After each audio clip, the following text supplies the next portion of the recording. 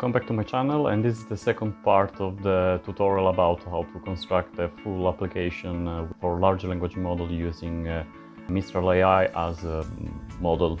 In the first part, we just introduced why we need to do Retrieval-Augmented Generation, and we introduced the simplest as possible way how to through using Chainlit to the large language model. However, this was not even a RAG, not even an Retrieval-Augmented Generation. The first step is to start introducing Haystack, which is some kind of an orchestration for natural language processing, also doing the chain of thoughts and interacting directly with Mistral. I prefer to use Haystack rather than the most commonly used LangChain, because LangChain is more suitable to load and interact with different types of data, while Haystack is more optimized for retrieval for embedded documents, embedded data. However, if you use it still like this is not a very ideal solution, because the vector embedding that is using only Haystack is not permanent, is staying in the RAM of the machine that is being used, which means that each time you launch the application is doing the retrieval, the embedding, and then is allowing you to use the large language model. So this is not ideal. Imagine someone is connecting to an application and needs to wait all the time to do this process, so it's not very efficient. The next step, after we introduce Haystack, is to integrate with Weaviate, which is a vector database, at the moment one of the most advanced, because also it has a series of optimization related to AI and other things in embedding. Another alternative is to use ChromaDB, and this is more like, I would say it's up to you, because so ChromaDB is essentially a lot to get furthermore the system. Start with simple Haystack.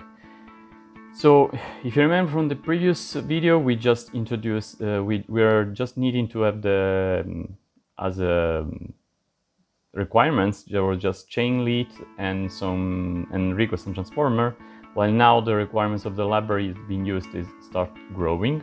Additional to the previous libraries that we used before, we need to use the farm Haystack, and with these parameters, I'm not just installing the basic core library, but I'm also adding some other features that I'm going to need. And also now I'm adding this library for loading and handling PDF files. Now what I'm going to do is that I'm using this one of my papers that is a very vague title, and the reason why I'm using it is because this was something very specific for computational neuroscience called multi-link analysis brain network. While if you use the simple word multi-link analysis, probably any large language model will tell you something else. So this is because I'm showing you that if you augmented the model with this information, there will be something that was probably not present before. Or there are more other stuff that is in the general language that means completely something else that are related to multi-link analysis. So this will be a good example to see if we are really augmenting the knowledge. So without further ado, let's go back to this. Okay, so this, as I was telling you, these are my requirements. Let's see the code.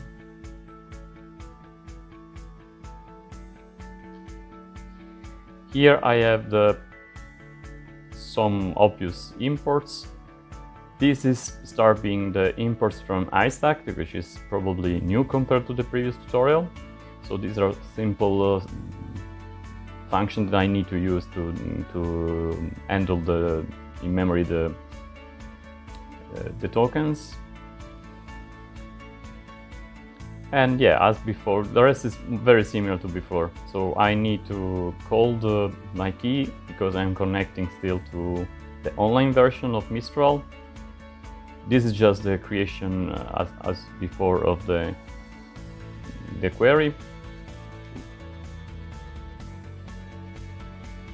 This is a function that I'm going to use to simply load and put the PDF in chunks. And this is the retrieval. Now, there is some little things that I also have to add you, is that in the sense that I have to kind of reinforce when I do the prompt to use the context I'm providing I'm looking in my augmented embedding. Why is this? Because still probably there is some words that are already in the training the model, and the query might prioritize still what is in the model and kind of ignore the context I'm providing with my augmented generation. So even if I'm putting the context from my augmented generation, the model might still look to what is more dominant in the model. So it's not a bad idea to ask explicitly to use only the provided documents for the embedding, and the rest is kind of as before. So query, split, and launch the message. Let's see how it works. So I have already, yes, this is what I was trying before. So I run with Chainlit as usual. I'm already in the environment that I use only for Haystack with nothing else. And let's run this thing. So now it's going to spend first of all, also you can specify if you're using a CPU or GPU to do this embedding. I didn't change much, so it's probably going to the default CPU. Yeah, it's, as you can see, it's doing the embedding, which is something it was not doing before in the previous video. And you have to wait a bit until it's doing the operation. So now you can imagine these things cannot be run like this if you're deploying an application for other people, because you need to separate the ingestion from the real question. And let's see if is. First of all, let's give it a try. What ChatGPT say if I ask him what is multilink analysis?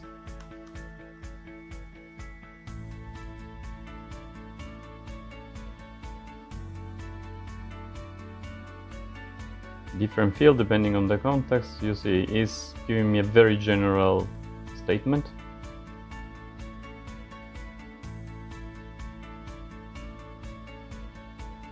While if I'm using now my augmented model, it should be more specific to the document, so something more about computational neuroscience.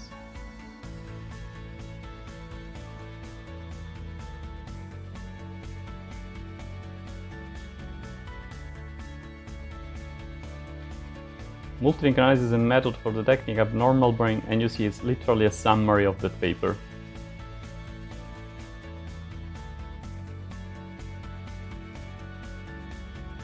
So yeah, it worked.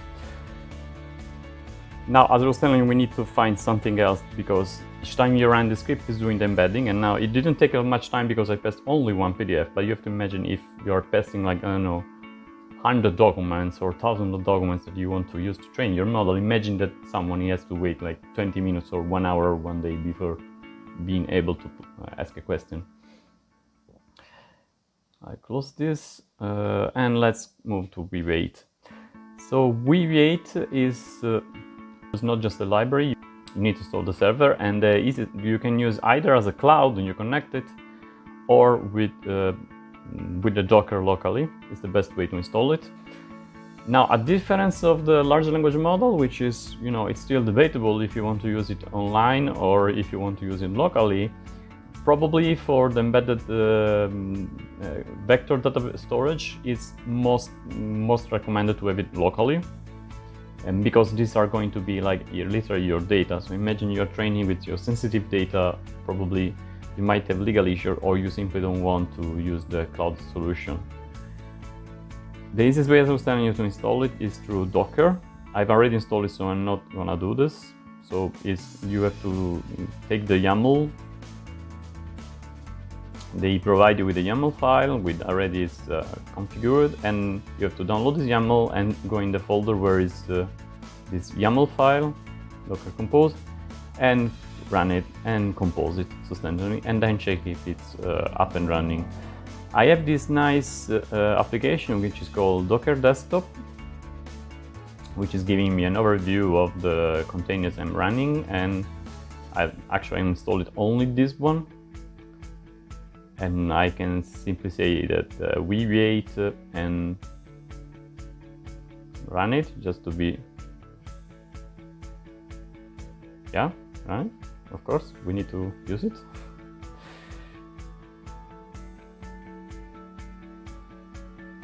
And these things will be kind of listening in some port that are going to now interact with Chainlit. Let's see how it looks like. We're not done, because now we are in another, we need some more libraries. So these are from before, Chainlit.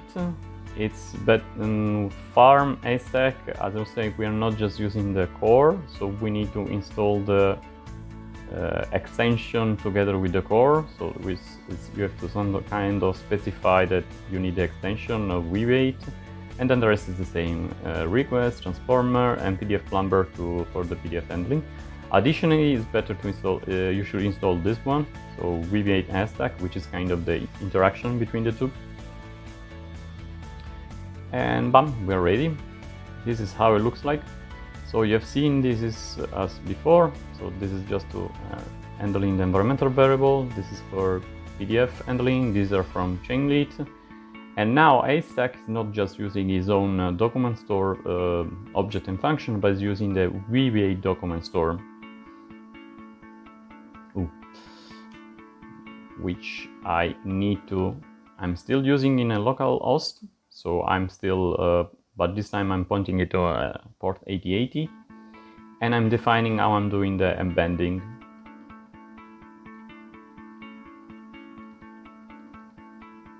And the rest is more or less similar. So I'm reading environmental variable, and this is the endpoint for Mistral online, and this is my query. This is the loading of the PDF. And this is the file I'm loading. Once again, I'm very mentioning that please use mostly the information in the document, just to be sure that it's not just, even if I'm using the context I'm defined by the PDF, is not, the model is not overriding what the context I'm doing, and the rest is the same. So I'm just getting the answer and plotting it through Chainlit. Let's go. So this is, this is still the simple Haystack.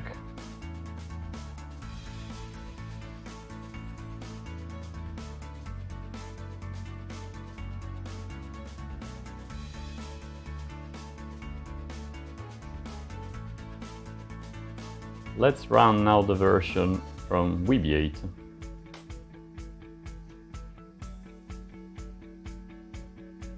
Now I didn't specify many things, so it's just defaulting to a series of things which are probably not optimal. So as you can see, there are a few things that I didn't write it fully, so you still need to tune it a bit, this code, because it's using the dummy embedding. So instead you should take advantage of the fact that you're using Weaviate. And let's try.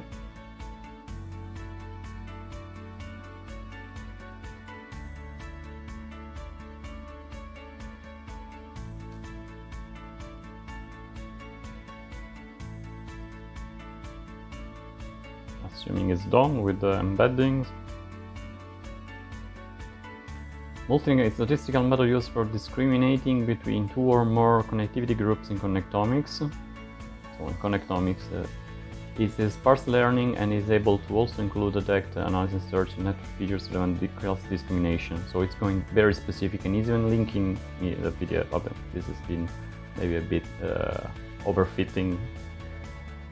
Now, where is the issue? I'm using Weaviate to because the Haystack is just storing in the memory, and I wrote this entire thing in one script. So I'm practically using it Weaviate as I will use just the Haystack, which is not, there is no point of using it. It's like you have an airplane and you should use it like a car. So we should like split the scripts. So we should have one script only doing the embeddings, so that it's simply, you see here I don't have any more Chainlit because there is no point of calling Chainlit.